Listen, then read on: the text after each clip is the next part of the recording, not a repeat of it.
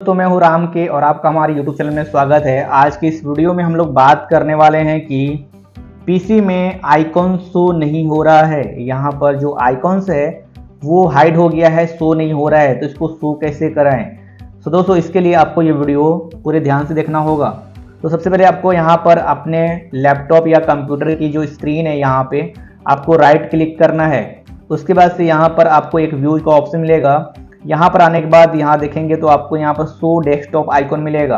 आपको सिंपली देखिए यहाँ पर कोई भी चेक नहीं है, आपको इस पर क्लिक करना है। जैसे आप क्लिक करेंगे तो आपका जो यहाँ पर डेस्कटॉप आइकन जो भी है ये सब यहाँ पर शो हो जाएगा। तो इस तरीके से आप किसी भी लैपटॉप में आप इस तरीके की सेटिंग कर सकते हैं। टिप्स अपना कर आप अपने लैपटॉप में डेस्कटॉप आइकन को शो भी कर सकते हैं और दोबारा से इसको हाइड करना चाहते हैं तो हाइड भी कर सकते हैं। वीडियो अगर अच्छी लगी तो लाइक कीजिए एंड इस तरह की वीडियो के लिए आप जो है रामजी टेक्निकल चैनल को अभी सब्सक्राइब कर